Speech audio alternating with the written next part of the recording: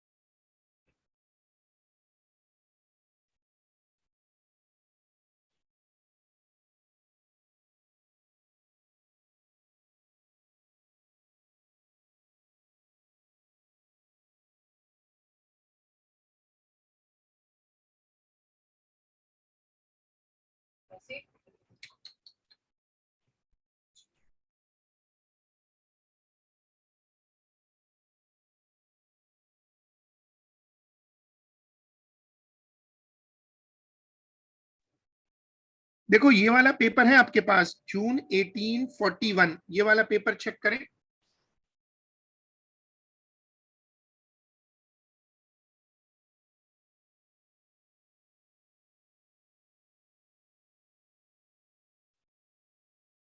देखिए आप चेक करिएगा, इस पेपर का है जून 1841। और इसका जो थ्रेशोल्ड है वो मैंने स्क्रीन पे शो किया। आप पहले ये पेपर निकाल लो।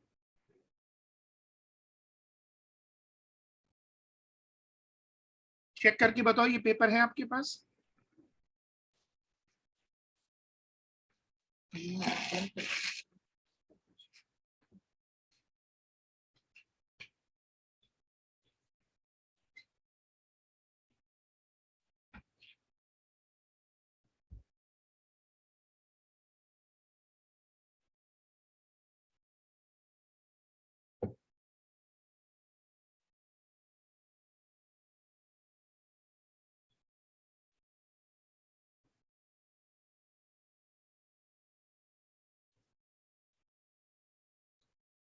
हाँ, आप बेटा चेक करके बताओ।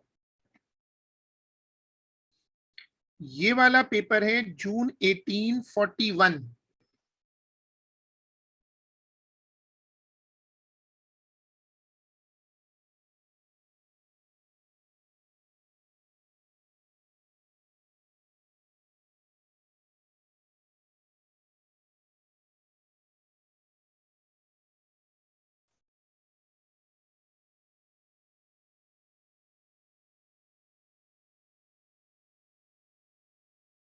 ठीक है ठीक है, आप ले आओ जल्दी से।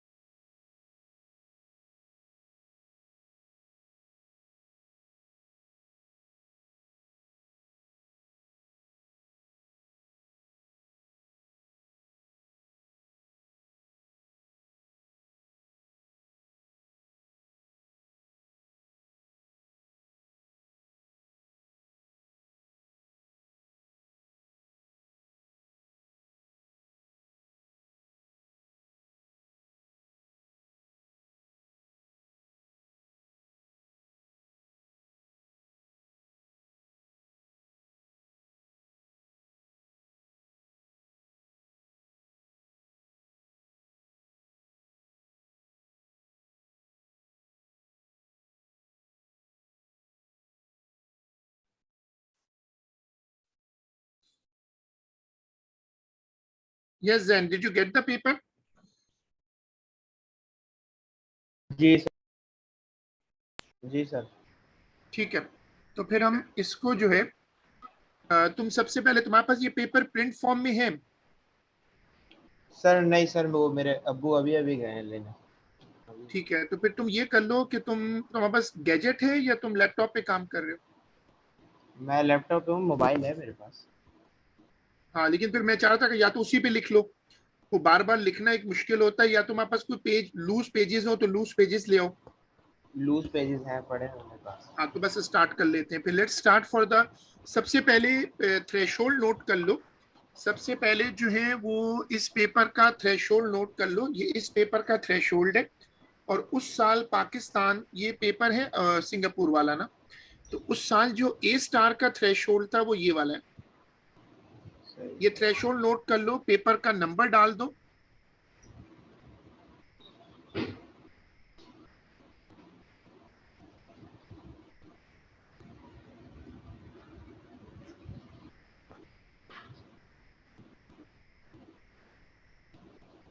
Done sir. ठीक है, अब ये हो गया। एटीपी तुमने स्कूल में किए होंगे। एटीपी बहुत जनरल सा पेपर होता है, और एटीपी में क्या होता है कि एग्जामिनर का जो मेन कंसर्न होता है वो हमेशा ये होता है कि आपका बेसिक लैब एक्सपीरियंस जो है वो चेक करे। अब एटीपी में जाहिर है कि लैब एक्सपीरियंस तुम्हारे जरा लिमिटेड होता है, लेकिन तरीका बड़ा सिंपल होता है कि जो भी क्वेश्चन तुम पढ़ोगे उसकी सारी चीजें क्वेश्चन नहीं होंगी, ये थ्योरी पेपर नहीं है। A student has two metal rods. One rod is made of copper and the other is made of iron. She carries out an experiment to see which metal is the better conductor. She lays the rods. She lays the rods across a heat-proof mat placed on a tripod stand with the rods touching at one end. ये वो heat वाला experiment है। She fixes a drawing pin to the other end of each rod using a small amount of wax, which has a low melting point. She then heats the rods at the touching end as shown. ये heating कर रही। State two features of the apparatus shown that ensure that the experiment is fair. अब fair experiment का मतलब क्या होता है कि सबको बराबर चांस दिया जाए, यही फेयर का मतलब है, अनबायस्ड। तो आपको देखने हैं कि सारे जो फैक्टर्स हैं जो हीट को कंट्रोल करते हैं वो सबके लिए सेम हो, जिसको हम कहते हैं ना लेवल प्लेइंग फील्ड मिलनी चाहिए। तो आप एग्जामिनर को बताओ कि दोनों जो रॉड्स हैं, दोनों रॉड्स एक ही फ्लेम पर हैं, तो उनको मिलने वाली हीट सेम है। जो दोनों रॉड्स हैं उनकी जो लेंथ है देखने की हद तक बिल्कुल सेम है। ज्यादा लंबी लेंथ, एक एक रॉड लंबी हो एक छोटी हो तो हीट में फर्क पड़ेगा। एटीपी बहुत जनरल पेपर होता है, और आप देख रहे हो 21 22 पर ए है, जो कि लो लगता है देखने में कि मार्क्स क्यों कटते हैं। मार्क्स इसलिए कटते हैं इस पेपर में क्योंकि इसमें ना वो चाह रहे होते हैं कि तुम सवाल के अकॉर्डिंग आंसर दो, मेमोरी बेस पे ना जाओ। अब इसमें ए पार्ट वन जो है, ये पहला वाला जो है, इसमें क्या लिखेंगे कि बोथ बोथ रॉड्स, अभी तुम अपनी शीट पे लिख लो, फिर तुम शीट उसमें रख लेना या कॉपी कर लेना जैसे आसानी। फिर वो जब पेपर आ जाएंगे तो स्कूल में हो या मेरे साथ हो, वही पेपर पे ही सॉल्व करना, ताकि एक ही पेपर। स्कूल में एटीपी किस पे करवा रहे हैं, शुरू कराए उन्होंने? सर वो करवा तो स्कूल वाले सर इतना वो नहीं करते हम्म। इसी तरह। स्कूल वाले सर इतना उस पर नहीं करते गौर, वो सब पढ़ा देते हैं और कहते हैं बस हो जाएगा पेपर। अच्छा, देखिए तुमने अभी बुक तो ले ली नहीं ना, बुक तो तुम्हें वैसे भी चाहिए, क्योंकि जी जी, मिड टर्म वो में तो तो, ले लूंगा। मिड टर्म में तो एटीपी आएगा मेरा जी ख्याल। जी जी, आएगा आएगा। हाँ, ज्यादातर मिड टर्म्स में एटीपी आ रहा है। तुम्हारा उसका क्या हुआ, तुम एप्लीकेशन भी तो भर रहे थे कॉलेजेस के, कहीं हुआ? सर एडमिशन तो हो गया लेकिन मैं कहीं जा नहीं रहा। अच्छा, you have a different plan. वो ऑफर कितनी मिली? सर सीडर ने दी थी 30%। अच्छा, और निक्सर का इंटरव्यू था लेकिन मैं गया नहीं। तो जो सीडे ने तुम्हें ऑफर कम नहीं दी, तुम्हारा प्रोफाइल तो अच्छा बना हुआ है एग्जाम्स नहीं वगैरह का। उन्होंने क्यों नहीं दी। तुमने उससे, वो तुम दोबारा गए फिर उस पर बात करें, तुम वहां गए नहीं फिर? नहीं, मैं उसके बाद फिर वहाँ गया ही नहीं। अच्छा चलो ठीक है, इसका पहला आंसर लिखो। सर वो अब्बू की कॉल आ रही, मैंने जवाब दे दी। उनको पिक्चर भेज दो ना किताब की। जी जी, मैंने भेजी है, पर उनकी कॉल आ रही 2 मिनट।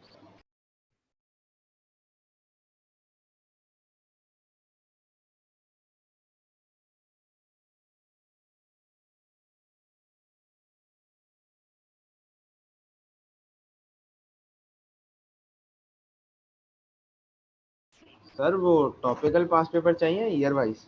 नहीं, ईयरली। ईयरली। हाँ।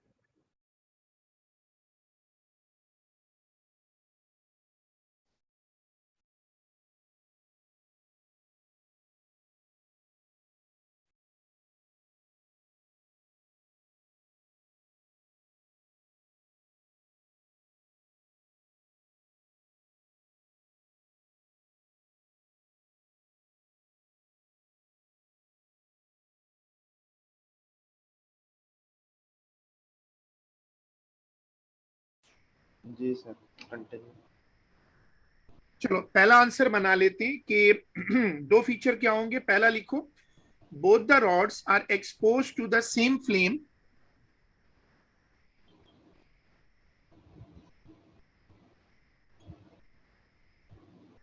सही है सर, फिर?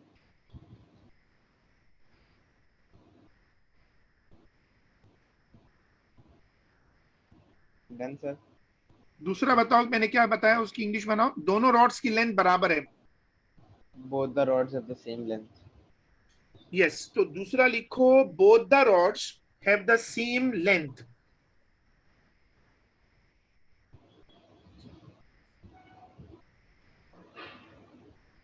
सही है सर। एक्सप्लेन, अगला पार्ट पढ़ो। Explain what happens and state how she determines which metal is the better conductor. अब ये कैसे होगा? अब उसको ये देखना है कि इनमें से बेहतर कंडक्टर कौन सा है। दोनों पे हमने पिंस लगाई हुई हैं।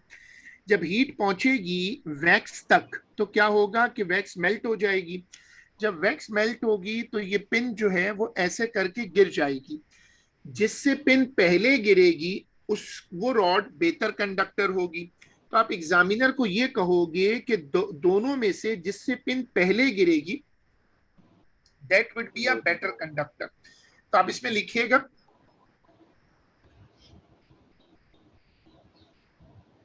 इसमें आंसर लिखिएगा कि the rod which loses the pin earlier, the rod which loses the pin earlier is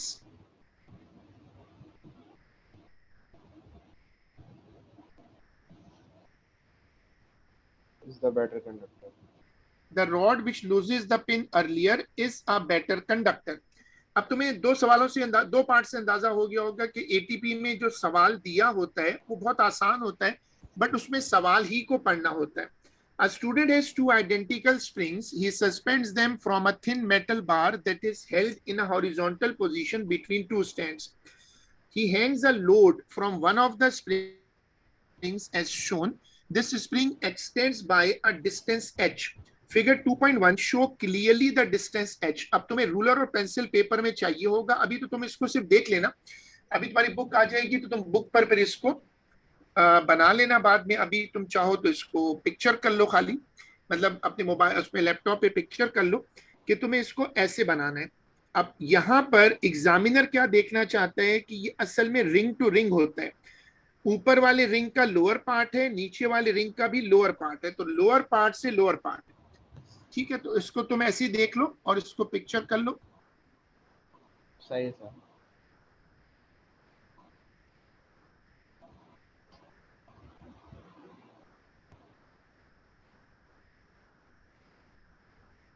done sir. Good. अब इसमें describe a practical method that the student can use to ensure that he measures the distance h accurately। अब यहाँ आकर थोड़ा सा मसला होता है एटीपी में, क्योंकि किसी चीज की लेंथ मेजर करने में क्या मसला होगा हमें ये पहले देखना होगा। जब इस तरह का क्वेश्चन आए ना तो तुम्हें ये देखना होगा कि वो कौन सा वेल नोन ऑपरेटर्स है जो चीजों की लेंथ निकाल सकता है। अगर लेंथ बहुत छोटी हो तो वर्नियर कैलिपर होता है, माइक्रोमीटर होता है। लेकिन अगर लेंथ जरा नॉर्मल साइज की हो तो कौन सा इंस्ट्रूमेंट है जो metre length? Rule. Metre rule.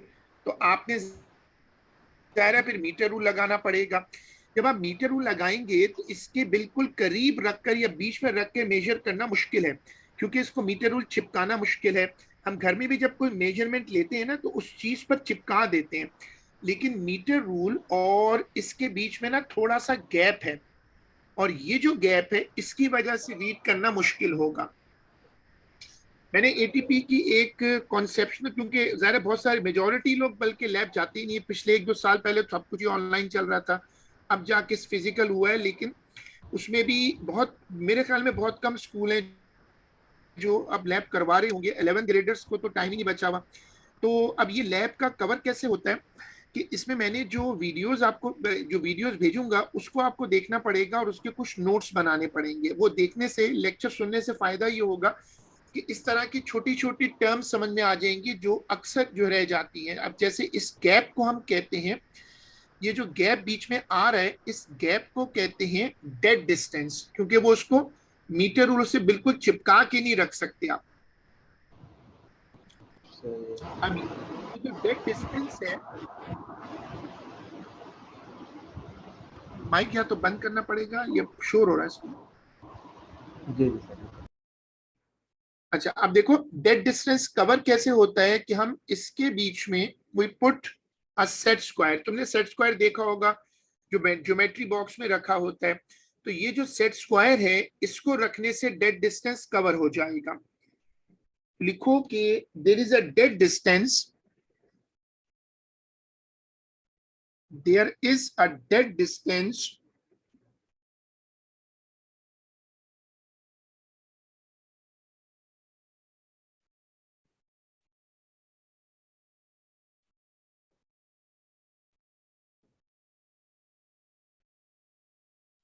between the meter rule and the spring.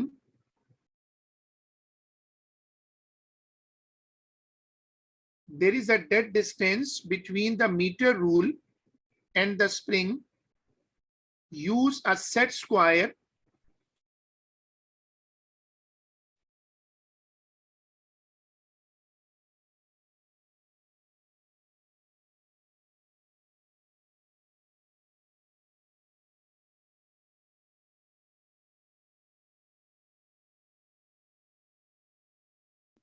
चलो अब आगे पढ़ो। The student removes the load and then inserts a small wooden rod of negligible mass into the rings at the end of each of the two springs. नीचे diagram बनी हुई है, दो spring ले आया। He suspends the load from the middle of the rod as shown. He checks that the wooden rod is horizontal and then measures the extension h of one of the spring. अब वो ये कह रहे हैं कि ये बताओ कि ये क्यों जरूरी है कि रॉड हॉरिजॉन्टल हो। अगर रॉड हॉरिजॉन्टल ना हो, सपोज रॉड ऐसे टेढ़ी हो जाए, तो फिर दोनों की एक्सटेंशन सेम नहीं होगी। अगर एक स्प्रिंग के साथ रॉड ऐसे आ जाए और दूसरे से ऐसे आ जाए, तो फिर क्या होगा कि दोनों की एक्सटेंशन सेम नहीं होगी। ये देखो, पढ़ो ये वाला। तो लिखो कि इफ द रॉड, आंसर आएगा इस वाले का, ये है B part 1। If the rod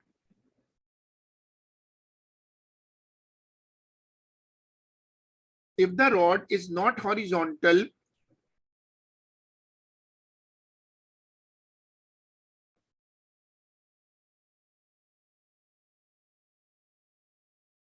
if the rod is not horizontal,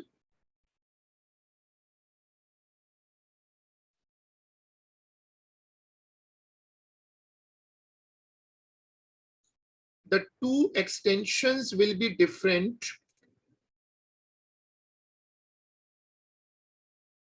The two extensions will be different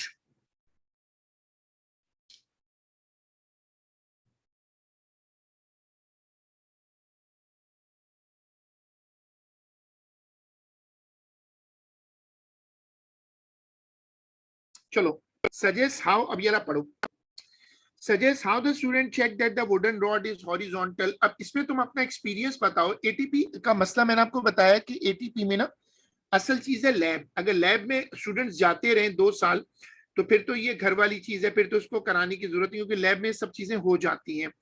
अब चूंकि हमारा लैब एक्सपोजर नहीं होता, तो फिर हमें दो ही ऑप्शन होते हैं। एक तो कॉमन लाइफ एग्जाम्पल होती हैं, दूसरा फिर वीडियो लेक्चर्स होते हैं, वीडियोस होती हैं फॉर ऑपरेटर्स वगैरह। तो दोनों का मुश्किल है। जो रियलिटी में आप कुछ चीज करते हैं उसका कोई रिप्लेसमेंट नहीं होता। अब सोचो कि अगर कुछ चीज टेढ़ी है तो उसको कैसे पता कर सकते हैं।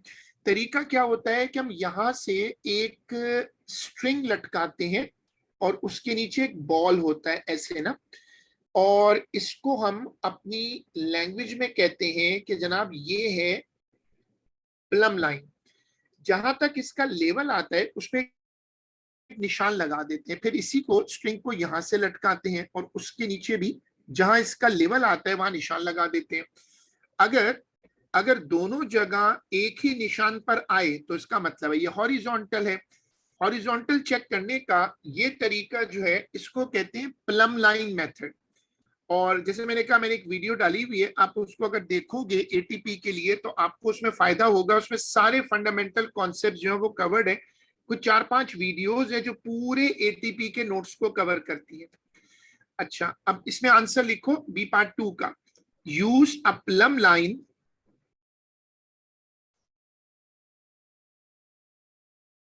use a plumb line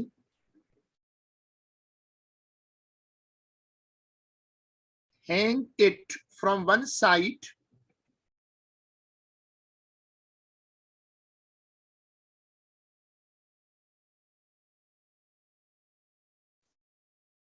use a plumb line hang it from one side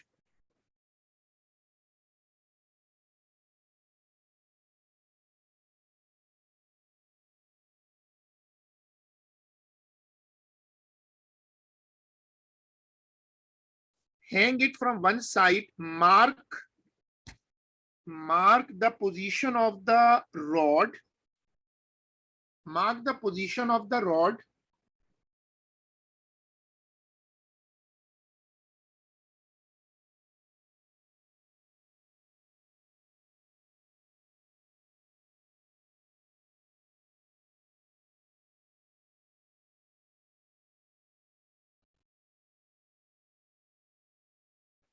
mark the position of the rod, repeat this from the other side,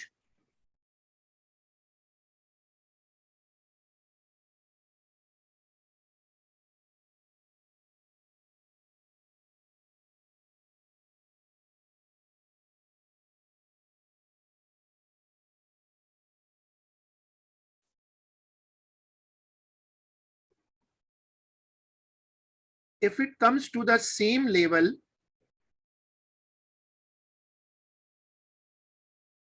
the rod is horizontal. If it comes to the same level,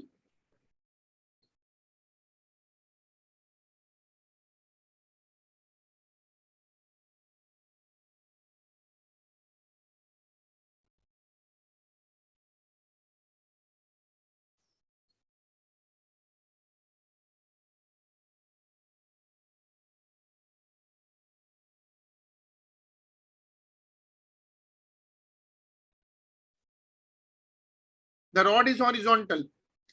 अब ये बताओ जैन, तुम्हारे पास कोई graph paper पड़ा हुआ है घर पे? ग्राफ पेपर जी सर है थोड़ा। तो तुम ग्राफ और पेंसिल और रूलर लेकर आ जाओ। जी सर मैं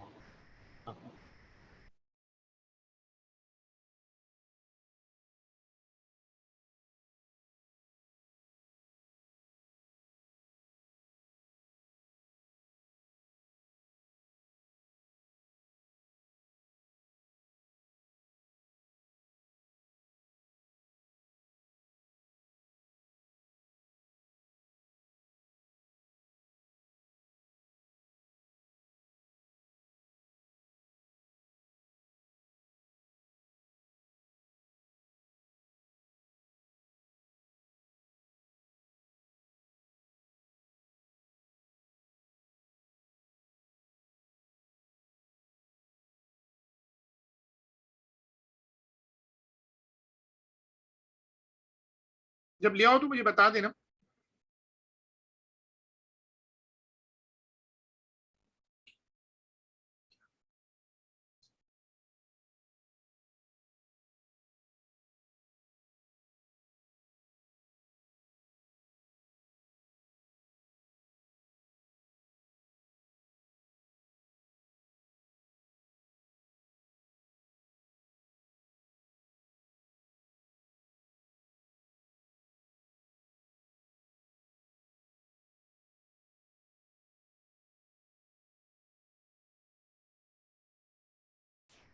जी सर, आगे। ठीक है, अब ये टेबल है और तुम इस टेबल को ऐसा करो कि अपने सामने रख लो या पिक्चर कर लो। पहले क्वेश्चन पढ़ लो। The experiment is repeated using more identical springs until there are 8 springs hanging side by side. The extension h is measured each time a spring is added. The results are there. ये spring add करता जा रहा है और h की value Aahista Aahista कम हो रही है क्योंकि लोड डिवाइड होता जाएगा। जितने ज्यादा स्प्रिंग है उतना कम एक्सटेंशन होगी क्योंकि वो लोड डिवाइड होता जाएगा। He says plot a graph of h. Plot a graph of h on the y-axis against n on the x-axis. Start your axis from 0, 0 and draw a smooth curve of best fit. Best fit क्या होता है? Best fit का मतलब ये होता है कि तुम्हारा जो ग्राफ है वो एक्यूरेट तो 100% नहीं हो सकेगा, लेकिन जितने पॉइंट्स वो कैरी कर ले उतना बेहतर है। तो बेस्ट फिट में ये होता है कि बेस्ट फिट में सारे पॉइंट्स ग्राफ पे नहीं आते। तो अब इसको प्लॉट करना शुरू करते हैं। तुम इस टेबल की एक पिक्चर ले लो। 1 पे 19.8 है। अच्छा, पहले टेबल बना लेते हैं। वाई एक्सिस गया है 19.8 तक।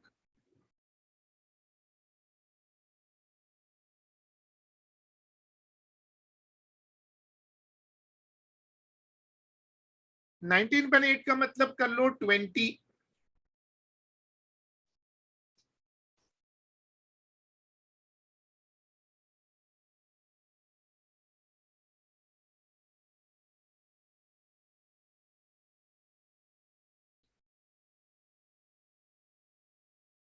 तो तुम इस पर ग्राफ बनाओ, स्केल बनाओ 2, 4, 6।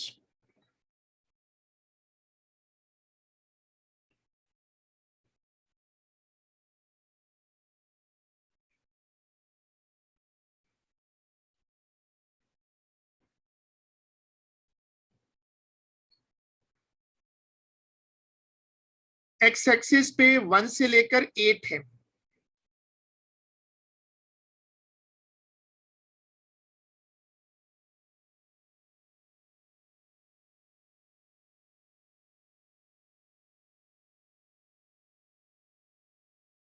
अच्छा, 1 सर पे है। हाँ बोलो। सर, एटीपी ईयरली थी और पेपर 1 और पेपर 2 तो टॉपिकल थे ना? हाँ हाँ बिल्कुल, पेपर 1 और पेपर 2 टॉपिकल है जो हमने पहले बोले थे, और पेपर 4 ईयरली है। बस सही है। वो मैंने असली में बाबा को गलती से बोल दिया था कि सारे ईयरली ले लो। तुमको बता दो भाई, वरना फिर और तुम्हें फिर सारे बता पैसे दिया, जाए। बता दी, बता दिया, बता दिया। निकल ना गए हो वहां से लेकर। जी अगर जी, ऐसा मैंने हो बता भी जाए तो तुम उनको ना खराब मत करना, वापस उसी वक्त करा देना या उनको वो फोन मैंने करके ने बोल बता। दिया, कह रहे हैं अच्छा मैं करा देता हूँ वापस। सही है। पेपर 4 ईयरली है, पेपर 1 टॉपिकल है, पेपर 2 टॉपिकल है। अब 19.8 कहाँ आएगा देखो, यहाँ 18 से 20 है, तो 20 एक से प्लेस पर एंगल। एक छोटे डब्बे पे कितना जा रहा होगा, 0.2 जा रहा होगा। Yes sir. बीच में तो 19 आएगा ना, बिल्कुल बीच में अगर लूंगा तो 19 आएगा, तो 19.8 जो है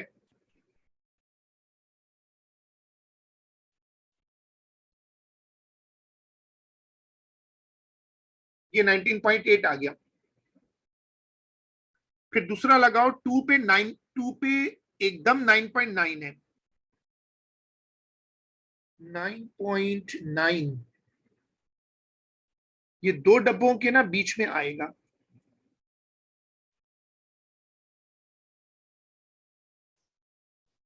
ठीक है, फिर 3 पे 6.5 है। 3 आ गया, 2 और बीच में 5 है। 6.5 का क्या मतलब है? 6.5 कहाँ होगा? 6 तो आ गया हमारे पास, 6.2 होगा। सर 6, 6.2, 6.4 और 6.6 के बीच में हो। हाँ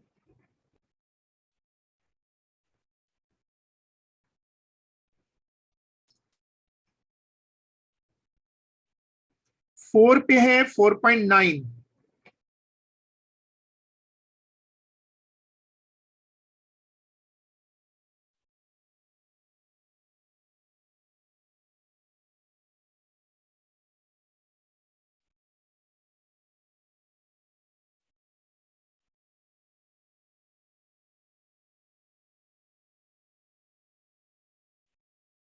और फिर 5 पर है 4.0, 5 पे है Z4।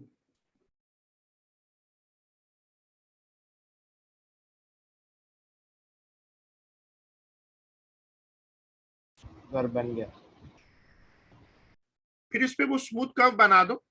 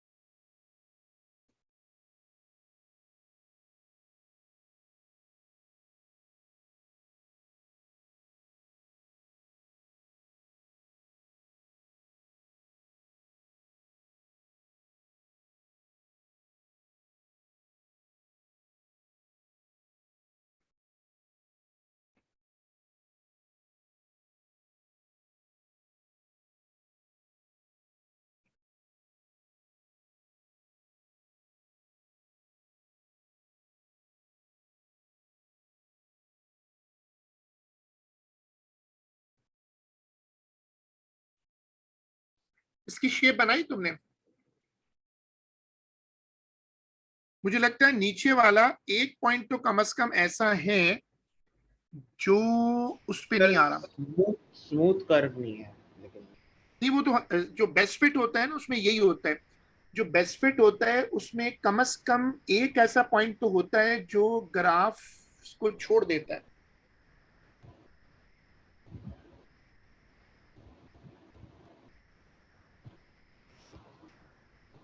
जो मैंने बनाया उसमें मुझे लग रहा है कि मेरे पास कम से कम एक ऐसा पॉइंट तो आ रहा है जो ग्राफ से हट गया है। जी सर वो 6 होगा मेरे ख्याल से। हाँ, नीचे वाला जो है ना। आप देख लें नीचे करके 6 ही है ना। हम्म।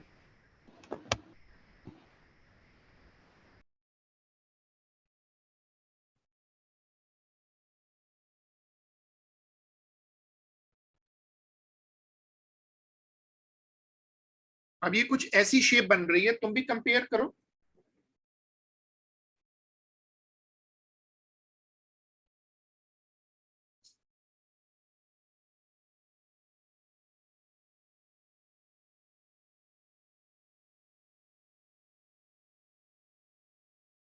चलो पढ़ो। Describe the relationship between N and H. अब रिलेशनशिप दो तरह के होते हैं, एक होता है डायरेक्टली प्रोपोर्शनल और एक होता है इनवर्सली प्रोपोर्शनल। ये डायरेक्टली प्रोपोर्शनल तो है नहीं क्योंकि वो तो साथ साथ जाते हैं।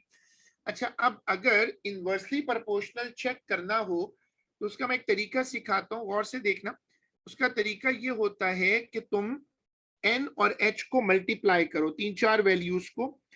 अगर वैल्यू कांस्टेंट हो, तकरीबन 100% तो कांस्टेंट कभी नहीं आता, बट अगर अप्रोक्सीमेटली कांस्टेंट हो एक रेंज के अंदर, तो उसका मतलब होगा कि ये इनवर्सली प्रोपोर्शनल है। चलो अब ये वाली स्क्रीन कॉपी करो नोट्स में, सॉरी वो अपने वर्किंग आंसर में।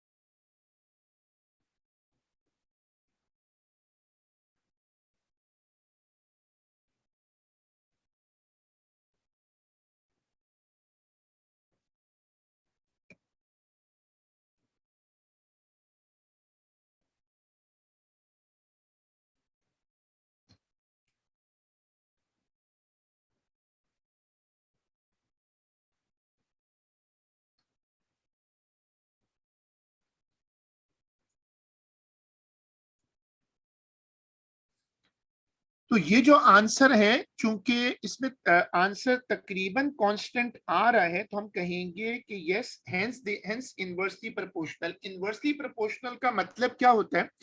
दो क्वांटिटीज इनवर्सली प्रोपोर्शनल होती हैं अगर उनका एक क्वांटिटी डबल करें तो दूसरी हाफ हो जाए।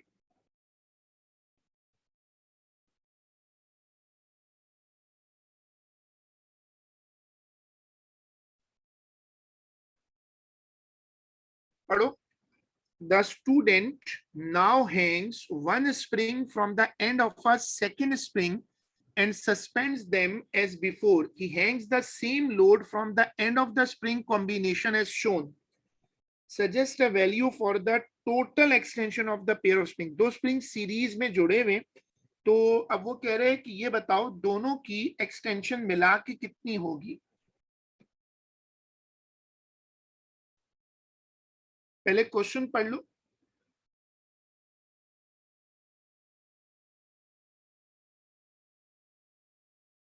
अब गेस करो कि ये सवाल कैसे करेंगे। सर उस पहले वाली स्प्रिंग में 8 एक्सटेंशन थी, तो नहीं, वो तो उसमें हमने और स्प्रिंग बढ़ाए थे ना, वो तो हमने स्प्रिंग बढ़ा लिए थे। तो अच्छा पिछला सवाल तुम सही कह रहे हो, पिछले पढ़ना पीछे ही है। पिछले ग्राफ में जाओ और n इज इक्वल टू 1 पे रीड करो, और फिर वही वैल्यू यहाँ पर दो मरतबा है। जो पिछला वाला डायग्राम था, ये वाला देखो, ये वाला, इसमें हमने दो स्प्रिंग रखे थे, अब उसमें 1 भी था। तो अगर हम एक स्प्रिंग की एक्सटेंशन निकाल लें तो तकरीबन 19.8 आ रही है। 1 की वैल्यू है 19.8। देखो यहाँ, देखो ये। तो तुम एग्जामिनर को बोलोगे कि अगर एक स्प्रिंग पर 19.8 की एक्सटेंशन है, तो जब दो स्प्रिंग्स होंगे तो कितनी हो जाएगी? तो इसी वर्किंग को डायरेक्ट कर दो। हाँ, तो ये वर्किंग डायरेक्ट कर दो।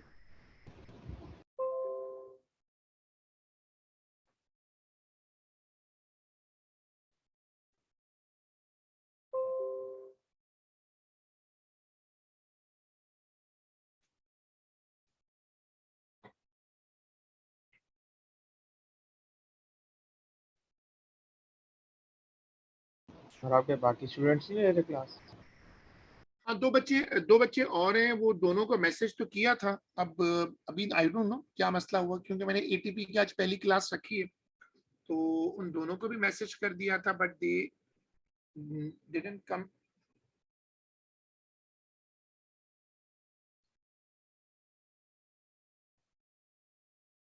Question number 3. A student has 50 small glass beads of different sizes and shapes in a jar.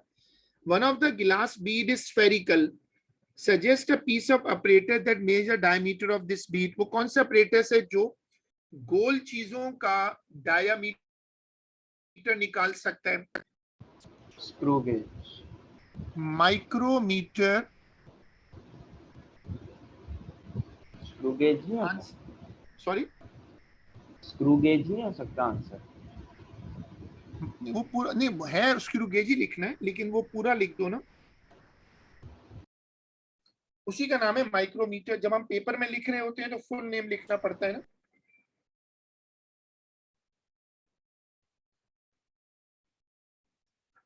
तो आंसर आ गया माइक्रोमीटर स्क्रू गॉज। अब अगला पार्ट पढ़ो।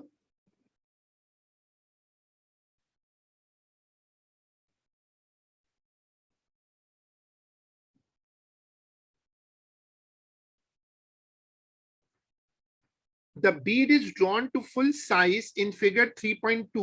Use a ruler. पेपर में तुम्हें इस पे रूलर रखना होगा, और इसीलिए एटीपी बड़ा आसान होता है कि बात चीजें बिल्कुल आसान सी होती है। सीधा सीधा रूलर रखोगे।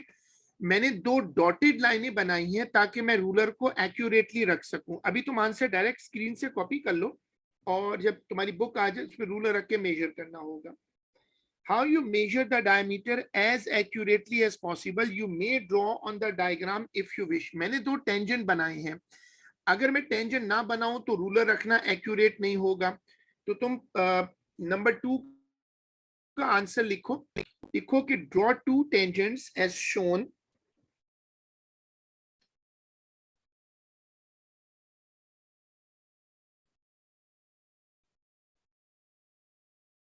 Draw two tangents as shown.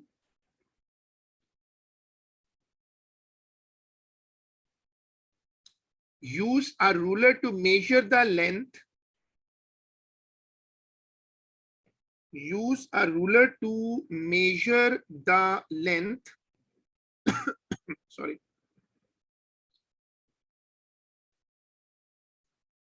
Repeat from another position. Repeat from another position and take an average.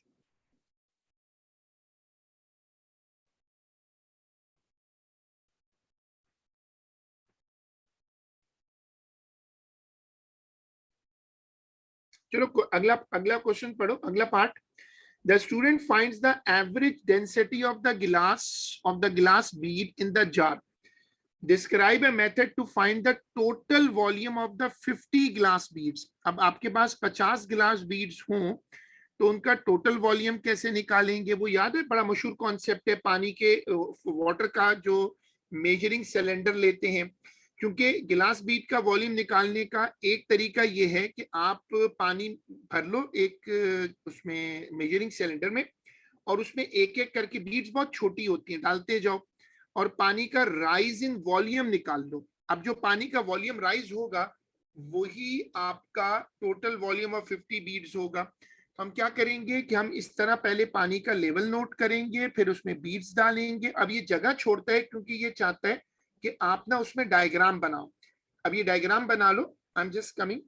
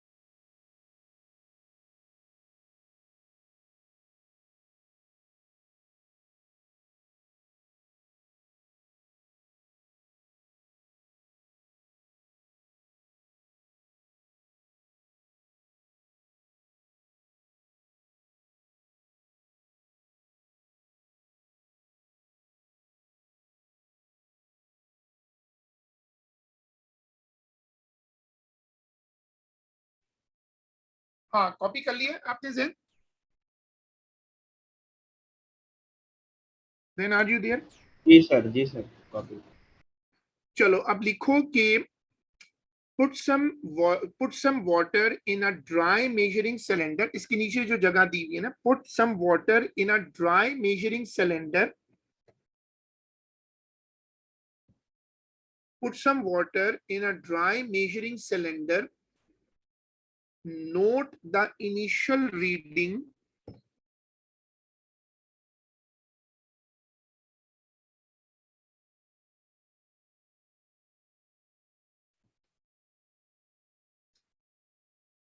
Put the beads one by one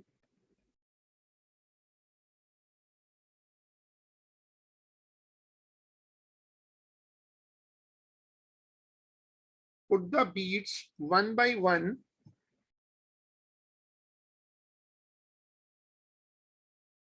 note the new volume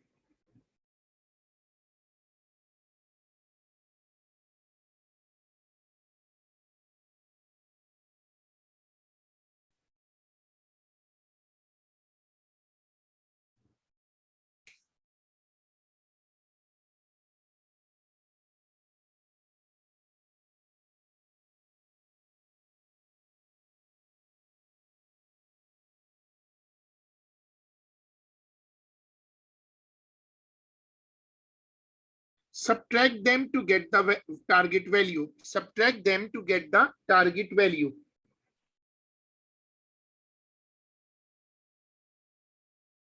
अब देखो नीचे लिखा हुआ है कि कोई प्रिकॉशन बताओ। एग्जामिनर कह रहा है कि मुझे कोई प्रिकॉशन बताओ।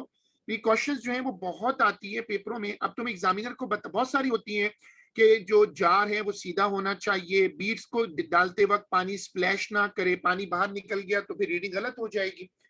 तो लिख दो कि add the beads gently, add the beads gently to avoid any splash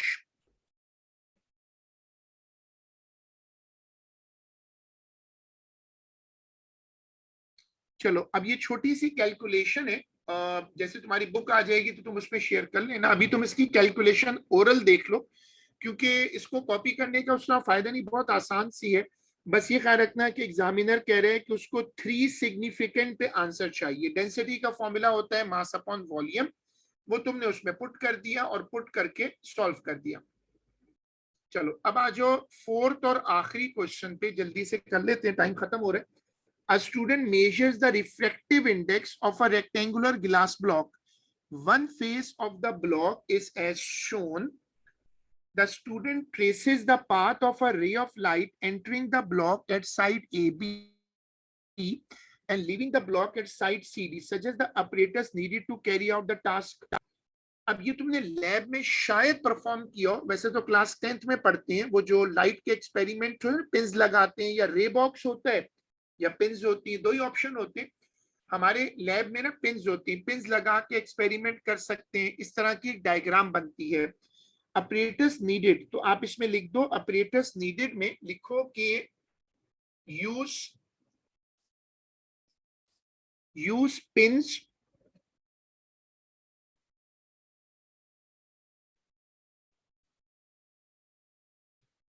अब तुम्हें जहन कुछ याद है ये टॉपिक रिफ्रैक्शन ऑफ लाइट? जब ये ब्लॉक रखते हैं तो पिंस लगाते हैं, शायद तुमने लैब में किया हो। पहले सर दो हमने पिन, प्रैक्टिकल नहीं किया लेकिन हमने पढ़ा हुआ वाला तरीका। गुड। तो पहले दो पिंस लगाते हैं P1 और P2, और गिलास की दूसरी तरफ जाकर बैठते हैं और देखते हैं तो वहां पर दो पिंस और लगाते हैं। इस तरह टोटल हो जाती हैं 4 पिंस, और उनको जोड़ के ना रूलर से लाइन बना लेते हैं। अब ये चूंकि लैब एक्सपोजर का तो टाइम ही नहीं है अब, तो इसलिए सारे टीचर्स यही करते हैं कि फिर वो वीडियो शेयर करते हैं, उससे काम हो जाता है क्योंकि थ्योरी तो पड़ी हुई होती है। तो लिखो आंसर तो लिखो। इसका वो नहीं होता कि जो 2 पिन दूसरी साइड पे लगानी होती है वो इस तरह लगानी चाहिए कि पहली 2 पिन छुप जाए उसके पीछे? हाँ मतलब इस तरह लगाते हैं कि चारों पिंस एक लाइन में आ जाएं। तो लिखना, जी। आंसर लिखना शुरू करो कि put 2 pins P1 and P2 on one side of the glass block.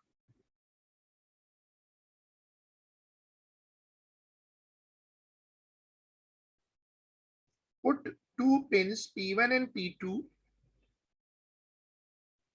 on one side of the glass block.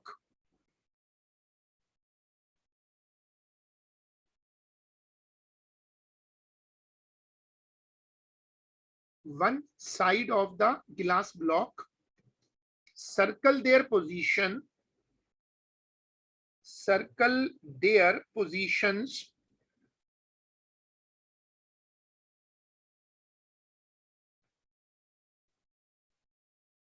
Circle their positions.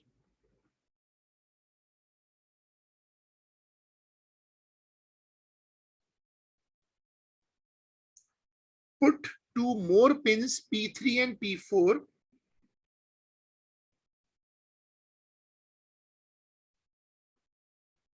Put 2 more pins P3 and P4 such that all the 4 pins lie in a straight line, such that all the 4 pins appear to lie in a straight line, such that all the 4 pins appear to lie in a straight line. Remove the pins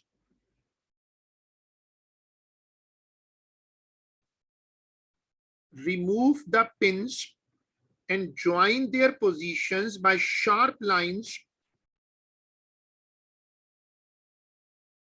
Remove the pins and join their position by sharp lines.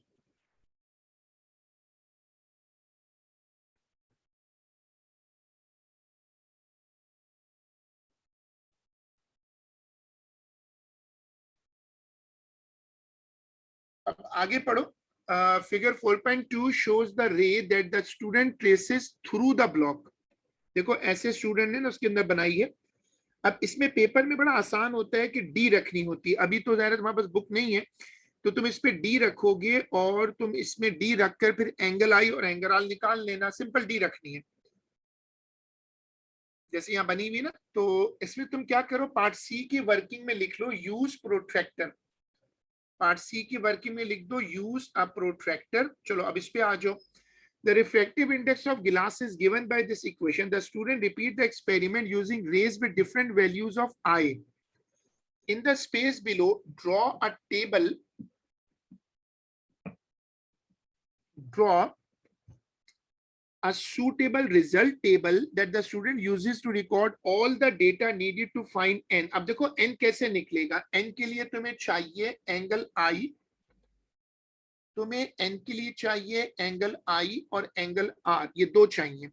तो तुम दोनों की values का एक simple सा table बना लो और उसके बाद उसी टेबल में n की वैल्यू दिखा दो. टेबल बहुत आते हैं पेपर में. अब मैंने एक सैंपल टेबल दिखाया है और उसमें मैंने 5-5 डिग्री से एंगल ऐप बढ़ाया है. तो अब तुम भी पार्ट डी में यही टेबल कॉपी कर लो.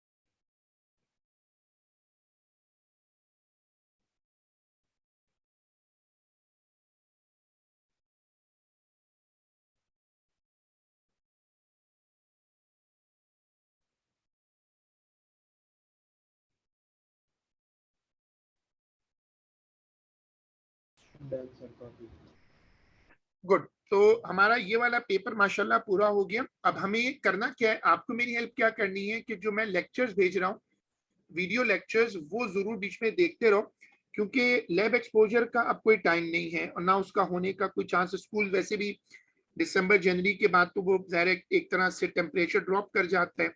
एटीपी फ्री के मार्क्स होते हैं. हो सकता है एटीपी में फिर एग्जाम्शन आ जाए, लेकिन एग्जाम्शन लेनी नहीं चाहिए क्योंकि बहुत अच्छे मार्क्स मिल जाते हैं. पिछले साल भी कई लोगों ने एग्जाम्शन ली, but that was not a very good idea for many people.